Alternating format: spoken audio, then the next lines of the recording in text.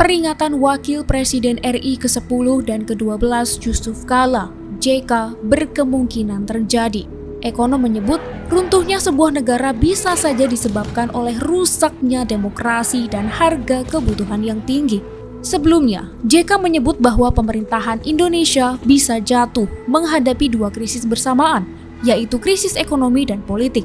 Ia mencontohkan hal itu pernah terjadi di era Presiden Soekarno dan Presiden Soeharto.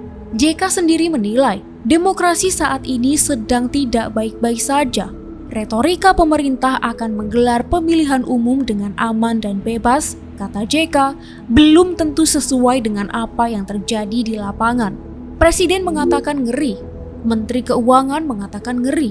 Maka kalau ini dampaknya bersamaan, kita harus hati-hati, ujar JK dalam acara Habibie Democracy Forum di Jakarta, Rabu 15 November 2023. Ekonom Partai Buruh Gede Sandra sependapat.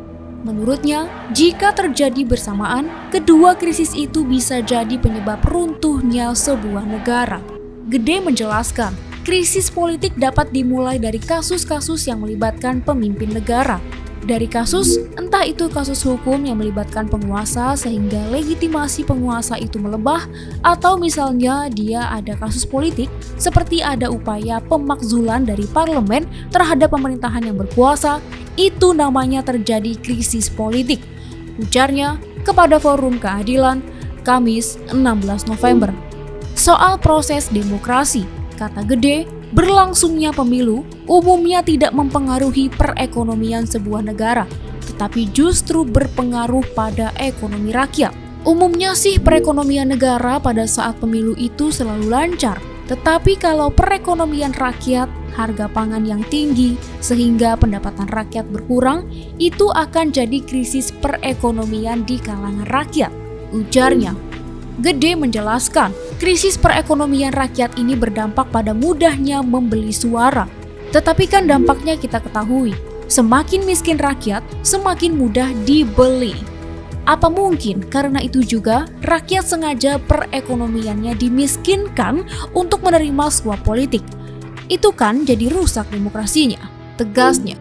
Gede menuturkan, netralitas dari pemerintah juga sangat berpengaruh terhadap kehancuran sebuah pemerintahan. Salah satunya dengan berpihak kepada salah satu pasangan calon presiden dan calon wakil presiden. Pastinya semua itu ada pada pemerintah itu sendiri. Untuk menjaga kestabilan politik, mungkin dengan ketidakberpihakannya terhadap salah satu paslon. Yang kedua, ikut menjaga perekonomian dan memastikan rakyatnya tidak susah, memastikan perdagangan tetap mengalir, dan sebagainya, tandasnya.